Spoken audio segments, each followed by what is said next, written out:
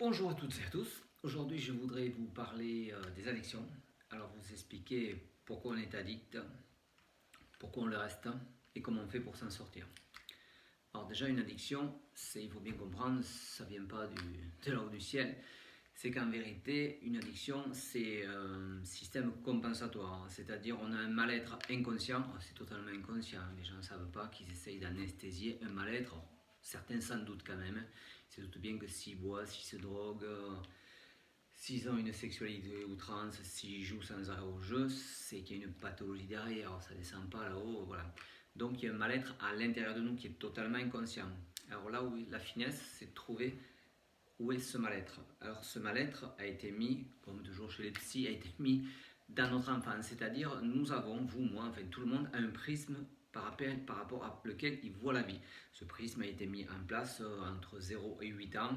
C'est là où tout se fabrique dans notre cerveau, toutes connexions se font, c'est-à-dire notre caractère se fige à 8 ans. C'est pour le DIP, quoi. Freud avait trouvé qu'il s'est passé quelque chose, il ne savait pas quoi. Maintenant on le voit en neurologie, c'est-à-dire tout se bloque. Non, puisque ça dure jusqu'à 25 ans la maturité neuronale. Mais enfin, on en a fait une énorme partie à l'âge de 2 ans et franchement on finit pratiquement à l'âge de 8 ans. Il reste quelques bribes à mettre jusqu'à l'âge de 20-25 ans pour certaines personnes, mais les 3 quarts sont faits à 8 ans, pratiquement tout est fait. C'est-à-dire, c'est la façon dont on va interpréter la vie. Alors, je vais vous donner une métaphore pour bien vous faire comprendre l'interprétation de la vie. Donc, je peux vous dire, voilà, je suis allé vous garer la voiture. Mais certains vont entendre, il est sympa ce garçon, comment je pourrais faire le remercier? Son voisin d'à côté peut entendre, lui, il est en train de me mépriser, il est en train de me montrer que je ne sais pas garer les voitures. Ce qui est faux bien sûr, mais c'est sa définition. L'autre peut dire, oh lui s'il est allé me garer la voiture, c'est que ça veut dire quelque chose. Ce qui est faux aussi, voilà. On a tous, vous, moi, une interprétation. Alors, ça dure 7 centièmes de seconde. Pendant 7 centièmes de seconde, le conscient entend. Et au bout de 7 centièmes de seconde, vous, moi, tout le monde va le déformer par rapport aux nos blessures d'enfance.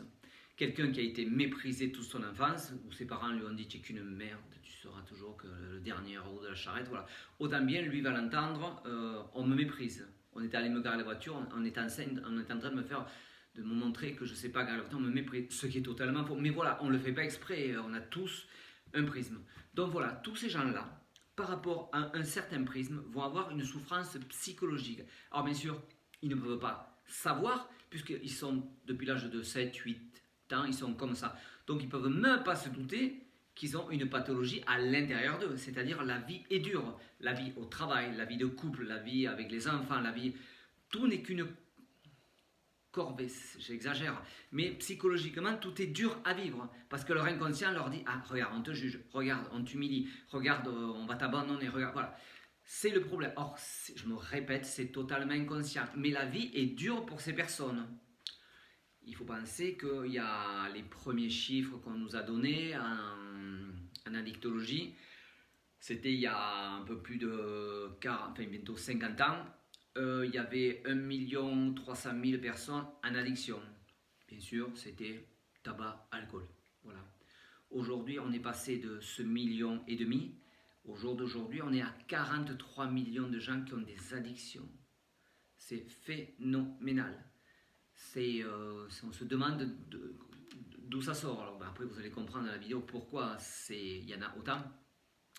Mais au jour d'aujourd'hui, 43 millions de personnes sont en addiction. Alors, bien sûr, il y a plein de trucs qui n'existaient pas il y a encore 10 ans en arrière. Alors, bien sûr que l'alcool diminue un peu, le tabac diminue un peu. Mais il n'y a jamais eu autant de personnes qui sont addictes à l'herbe. Il n'y a jamais eu autant de personnes qui sont addictes à la pornographie, qui sont addictes à la nourriture, qui sont addictes au jeu, qui sont addictes... Enfin bon, il y en a tellement des addictions au jour d'aujourd'hui que maintenant, pratiquement, je ne passe pas un mois avec un nouveau patient qui vient de me donner une nouvelle pathologie. Je me dis, ah mon Dieu, ça n'existait pas, je ne connaissais pas. Alors que bon, ça fait un moment que je suis là, mais voilà, même moi, je découvre des nouvelles addictions que je ne me soupçonnais pas.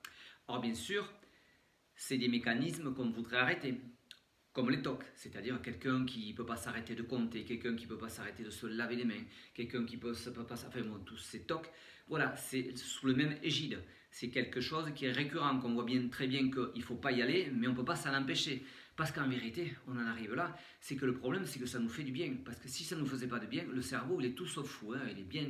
Notre cerveau, c'est quand même quelque chose de vraiment très, très, très élaboré. S'il fait quelque chose, qu'il y a une partie de nous à qui ça fait du bien. Or, bien sûr, c'est la partie centrale, la partie émotionnelle de notre cerveau, celle qui reçoit les émotions. C'est-à-dire, comme nous, on a un mauvais cryptage de la vie qui a été mis en place dans notre enfance, c'est-à-dire que quoi qu'on nous dit, notre cerveau va mal l'interpréter parce qu'on va se sentir méprisé, on va se sentir humilié, peu importe. Donc, automatiquement, notre système émotionnel va être en suspens. Et donc, automatiquement, il va falloir quelque chose pour calmer ce système émotionnel. Or, le meilleur moyen de calmer ce système émotionnel, c'est d'avoir quelque chose qui va neutraliser. C'est-à-dire, on va recapturer la dopamine, la sérotonine à travers une récompense. C'est-à-dire, vous l'avez compris, c'est à travers l'alcool, le tabac, la drogue, la pornographie, les achats compulsifs, voilà. Tout ça, ça nous fait du bien pendant quelques minutes. Pour certains, presque, c'est des secondes, voilà. La cigarette, par exemple, c'est pendant 12 minutes, vous allez neutraliser votre noyau cubain, ça va vous faire du bien. Mais ce problème, c'est que dans la journée, vous allez avoir d'autres conflits. L'interprétation de la vie va toujours être dure, donc automatiquement, vous allez être obligé de repartir vers une addiction. Donc ce système émotionnel va être surévalué, c'est-à-dire l'intensité. Alors on le voit, si on faisait un électroencéphalogramme, on vous mettrait toute la journée sous électroencéphalogramme. On verrait qu'à des moments, vous avez des poussées que vous compensez aussitôt par à tout prix, il vous faut de l'alcool, du tabac, enfin, peu importe ce que c'est. Si on arrivait à vous analyser, à mettre un électroencéphalogramme dans votre poche, qui vous suit 24 heures sur 24, on verrait que juste avant que vous alliez vous jeter sur une bouteille d'alcool, sur du jeu, sur des achats compulsifs, automatiquement on verrait que quelques secondes ou quelques minutes avant, vous avez une poussée. On verrait que le graphique, il s'est élevé. Voilà. Donc on connaît très bien ce mécanisme. C'est un mécanisme de récompense qui vient enlever la douleur psychologique. Alors bien sûr, personne n'entend. Certaines personnes s'y arrivent à me dire, oui c'est vrai que quelques minutes avant, j'ai eu ça qui est venu interférer ma vie et j'ai compris que si je m'étais plongé dans la pornographie, c'était justement pour baisser l'intensité de mon mal-être. Certaines arrivent, bon c'est assez rare, hein, mais certaines arrivent à le conscientiser. Alors bien sûr, c'est pas résolutif d'aller vers un produit et d'essayer de l'enlever en force, d'essayer d'enlever l'alcool, et rien donner en échange, c'est peine perdue. Hein, la personne qui a une addiction, vous n'arriverez jamais, parce qu'elle va faire un effet ricochet, nous on connaît bien, c'est-à-dire vous enlevez la nourriture, la personne va se mettre souvent vers le jeu ou vers le sexe compulsif. Vous arrêtez la cigarette, la personne va se mettre vers la nourriture. Vous arrêtez, enfin tout ça on connaît, c'est des principes qu'on connaît bien. Mais voilà, une fois que le cerveau s'est habitué à avoir de la dopamine, lui il va continuer à en vouloir. C'est totalement illusoire de se dire je vais arrêter mon produit. C'est impossible, personne ne peut le faire. Tous les gens qui ont fait des cures de désintoxication, surtout pour l'alcool et la drogue, automatiquement ils ressortent là, 2 mois après, ils replongent. Alors bien sûr, pendant tout cet isolement qu'ils sont en cure de désintox, on leur donne des recaptureurs de dopamine, c'est-à-dire en vérité des antidépresseurs, des anxiolytiques. Ça, c'est la base. C'est-à-dire ça fait la même chose, mais plus propre, entre parenthèses. C'est-à-dire que ça fait du bien sans avoir les contreparties d'être sous, sans donner les contreparties d'être drogué, sans donner les contreparties de... Mais bon, le seul problème, c'est qu'après, on ne peut pas continuer ces thérapies, ces désintoxications pendant plus de 2 à 3 mois, parce qu'après, on devient addict au produit. Alors donc, le résultat, il est pire, ça revient au même. On est addict au Seresta, on est addict à tous ces molécules qu'on vous donne, donc ça ne sert pas à grand chose. Alors bien sûr on le donne à certaines personnes qui sont en train de s'autodétruire. Alors là on est obligé de leur donner parce que sinon c'est une catastrophe, on ne peut pas les laisser dans ces états déplorables. Voilà, mais ce problème c'est qu'en vérité on ne règle pas le problème. Le vrai problème à régler dans toutes ces histoires, c'est l'interprétation que notre cerveau fait de la vie. Si je me répète, je reviens sur la métaphore de je t'ai garé la voiture, tant que la personne entendra dans son cerveau, lui il me méprise, parce qu'on lui a dit je t'ai garé la voiture, ça ne changera rien, parce qu'il va falloir qu'il s'enlève cette douleur qui fait que la vie, il la voit durement. Tant que ça ne s'est pas changé, c'est totalement illusoire de vouloir arrêter une addiction. On n'y arrivera pas, je vous le jure, c'est pour ça que peu de gens y arrivent. Parce qu'on essaye d'enlever le produit, on essaye d'enlever l'alcool, le tabac, les achats compulsifs, mais ça ne sert à rien puisque la personne n'a pas résolu son problème interne. Le problème pour lequel elle est obligée de s'anesthésier, obligée de faire baisser l'intensité de son cerveau. Alors bien sûr, le cerveau, marche en mégahertz. Voilà, c'est l'électricité qui est dans le cerveau. Et donc, quand vous êtes, alors vous ne l'entendez pas, c'est totalement subjectif, vous avez des micro-angoisses, automatiquement ces mégahertz augmentent. Et donc là, il va falloir trouver à tout prix quelque chose, sinon vous allez arriver à prendre des colères, vous allez être tellement mal que vous allez plonger vers une névrose profonde, vers une dépression. Enfin, c'est assez rare, mais enfin, c'est plutôt vers l'anxiété plus que la dépression. Voilà, vous allez être angoissé, vous allez avoir des crises d'angoisse. Voilà, parce que vous n'avez pas le produit. On le voit très bien avec les junkies qui font des crises d'angoisse, ils sont là, ils manquent d'air, il faut qu'ils sortent.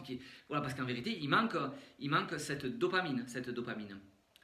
Alors maintenant, comment on fait pour enlever une addiction? Alors le but du jeu, c'est de travailler avec la famille, parce que si on ne travaille pas avec la famille, c'est pas la peine, hein, ça sert à rien d'expliquer à quelqu'un que son cerveau, le cerveau émotionnel, le cerveau limbique, les deux amygdales cérébrales et les deux hippocampes dans le cerveau décryptent de la vie, quoi que ce soit, de leur mari, de leurs enfants, du milieu de la sphère où on vit, ils entendent une certaine douleur, c'est-à-dire par rapport au prisme où ils voient la vie est douloureuse parce qu'ils se sentent, je me répète, jugés, humiliés, à des doses homéopathiques.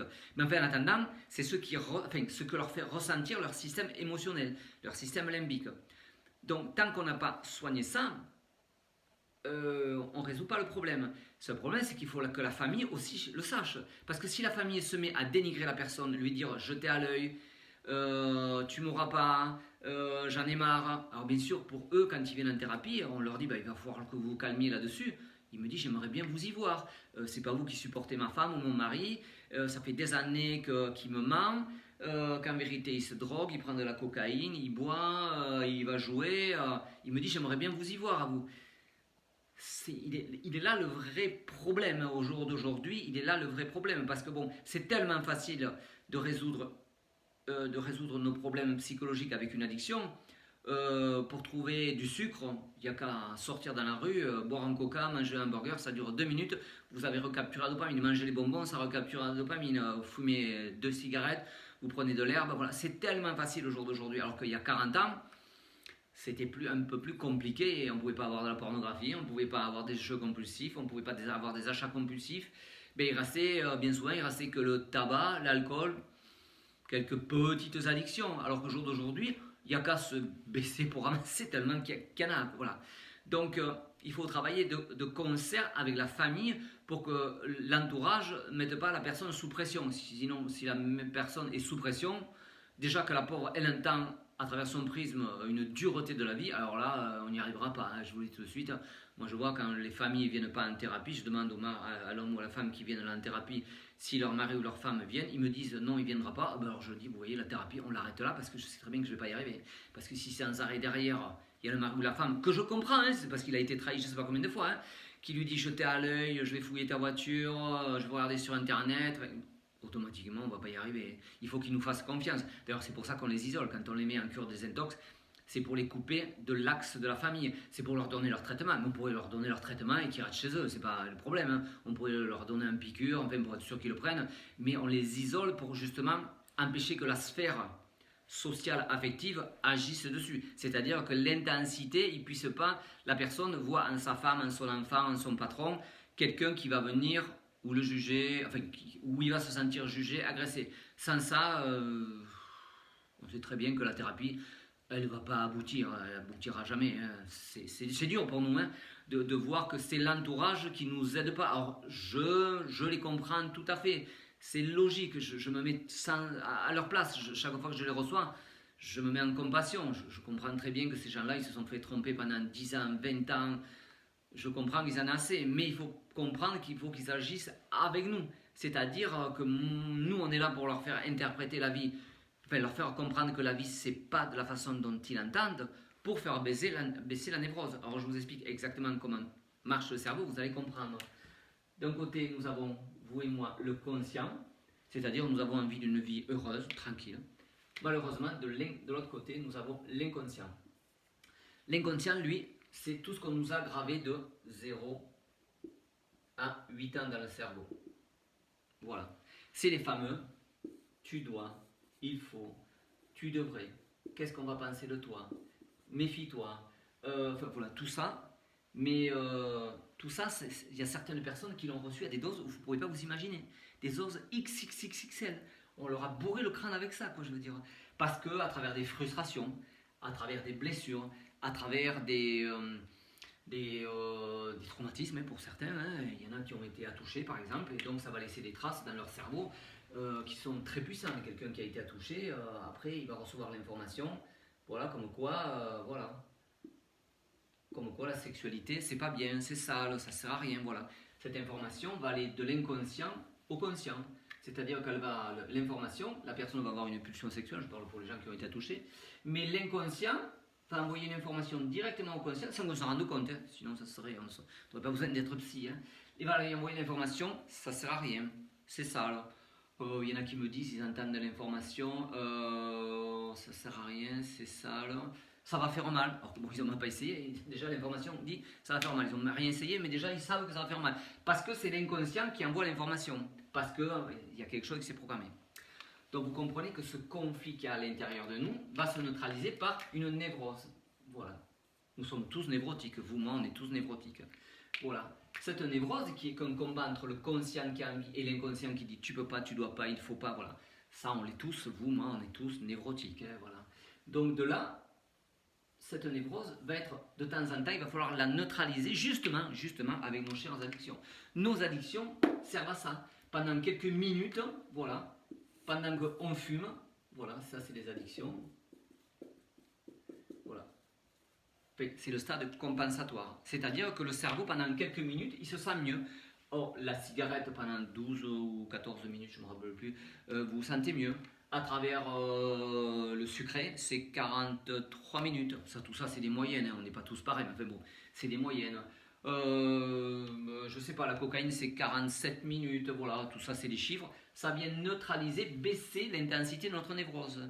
Mais comme on n'a pas résolu le problème, c'est-à-dire la façon dont on interprète la vie, quand le produit ne fait plus effet, et tout repart au grand galop, quoi, je veux dire. Tout repart au grand galop. Donc, voilà.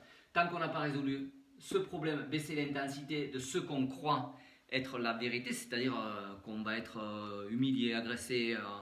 Voilà, il y a des gens, je vois des gens, quand on parle en écoute flottante, quand on écoute qu'est-ce qu'ils nous disent de la vie, mais je me dis, waouh, ah ouais, d'accord. Ils interprètent la vie avec une souffrance, mais alors ils se sentent toujours humiliés, ils se sentent toujours comme s'il y avait quelqu'un derrière leur dos, ils se sentent toujours, ils sont pas libres parce que quelque chose s'est mis dans leur cerveau, enfant, de 0 à 8 ans, avec des doses très puissantes. Le je dois, le il faut, méfie-toi, surtout, alors ce que je connais le plus, c'est qu'est-ce qu'on va penser de toi. Alors celui-là, je l'entends tous les jours, hein, j'entends tous les jours. Voilà, mais eux, ça a des doses, vous, moi, on l'a eu, hein, ça c'est sûr, mais il y en a qui l'ont eu à des doses, waouh. Alors, certaines personnes ont des petites névroses, voilà, donc des petites addictions. Mais ceux qui ont eu des grands conflits, dont leur vie est un psychologiquement, est un cauchemar psychologique, vous pensez bien qu'ils sont bien obligés voilà. Quelqu'un qui a été abandonné dans son enfance, voilà. Donc lui, il a toujours peur de l'abandon. Donc lui, il a envie d'une vie heureuse, mais son inconscient lui dit, quand il est avec un homme ou une femme, il lui dit, oh, méfie-toi, il va te tromper, s'il est en retard, ça veut dire qu'il a vu quelqu'un, s'il est en retard, ça veut dire qu'il te trompe, s'il ne veut pas venir avec toi faire les courses, ça veut dire qu'en vérité, il y a quelqu'un qui l'intéresse. Voilà, moi je vois des gens qui ont des interprétations de la vie, mais c'est un calvaire qu'ils vivent. Et donc, comment vous voulez qu'ils fassent? Ils ne peuvent pas tenir sur la distance, ils ne peuvent pas tenir. Arrivé au bout d'un certain moment, le cerveau a besoin d'une addiction. D'ailleurs, on le voit très bien. Quand toutes ces personnes prennent un benzodiazépine, c'est-à-dire nos chers anxiolytiques, nos chers antidépresseurs, automatiquement, ça va mieux. Ah, mais c'est sûr, ça neutralise. Alors là, c'est pas pendant quelques minutes, c'est pas quelques heures. Pendant 6 heures, 7 heures, certains 8 heures, ils ont une durée de vie, on appelle ça la durée de vie. Les benzodiazépines calment la partie limbique de notre cerveau. Alors ça va mieux. Ce problème, c'est que ça ne résout pas le problème. Ça baisse l'intensité pendant 7-8 heures, mais après, le traitement, on est bien obligé de l'arrêter parce qu'après, on devient addict au traitement. Alors malheureusement, il y a des gens, ça fait 15 ans qu'ils prennent leur traitement. Alors bien sûr, au bout d'un moment, les neurones là-dedans, ça fait des arcs électriques. La personne descend sans l'apercevoir. Chaque année, elle descend un peu plus. Alors, on est obligé d'augmenter la dose, parce qu'à peu près tous les 2 ans, le cerveau s'habitue à cette dose. Donc, on est obligé de monter, on passe du 0,10 à du 0,25. 0,50, voilà, on est obligé d'augmenter les doses parce que on n'a pas le choix, parce que la personne n'a toujours pas résolu le problème de sa vie, qui est son interprétation de la vie. Son interprétation de la vie est douloureuse. Tous ces gens qui viennent en thérapie, ils ne s'aperçoivent pas, en vérité, au début, ils ne s'aperçoivent pas que leur vie c'est un cauchemar. Quoi. Ils ne peuvent pas le voir, ils peuvent pas le voir. Mais eux, la vie, ils ont, alors souvent, majoritairement, j'allais dire, c'est le je dois, il faut qui leur fait du mal, et qu'est-ce qu'on va penser de toi? Voilà, c'est un manque de confiance à eux, parce que bon, enfants, ils ont pris cher, quoi, je veux dire, leurs parents les ont pas aidés, mais bon, c'est la vie, hein, c'est comme ça, hein, on le fait pas exprès. Nos parents l'ont pas fait exprès, hein, ça, c'est sûr que, voilà, toutes ces misères psychologiques qu'ils nous ont fait, ils pouvaient pas se douter que ça allait mettre des pathologies chez nous, et que de là allaient en découler des addictions. Ils étaient loin d'imaginer, quand nous disaient enferme-la, tu sers à rien, de toute façon tu vas jamais y arriver, qu'est-ce qu'on va penser de nous dans le village, voilà. Ils ne pouvaient pas se douter que 10 ans, 20 ans, 30 ans plus tard, ça allait faire des pathologies, c'est incapable, ils ne pouvaient pas se l'imaginer une seconde, une seconde. Alors que tout ça, le conscient, je me répète, le conscient a envie de vivre heureux, c'est ça. On n'arrive pas à s'écouter. Bon, il faut penser que quand même, le conscient représente 95% de nos pensées, le conscient que 5%, hein, on va pas loin avec ça. La neurologie nous dit même 97% contre 3%. Alors bon, on n'est pas d'accord, les neurologues et les psychologues, mais enfin, bon, on ne va pas se battre pour 2%. Hein. Mais enfin, en attendant, l'inconscient, c'est lui qui dirige tout. Il faut penser que l'inconscient, c'est notre circuit nerveux autonome, c'est-à-dire c'est lui qui gère nos pulsations cardiaques, c'est pas vous et moi, quand on a une émotion, que nos pulsations cardiaques ne viennent à monter parce qu'on a peur, ou qu'on vient à avoir des sueurs froides dans le dos, on est d'accord, vous ne maîtrisez pas. Hein. Quand la température de votre corps, vous avez qu'à essayer de la monter ou de la descendre, vous ne pouvez pas. Et pourtant, c'est vos neurones par rapport à une infection, par rapport à une inflammation qui va monter la température de votre corps. C'est pour limiter les dégâts, surtout pour engendrer des défenses immunitaires. C'est pour ça qu'on monte la température. Mais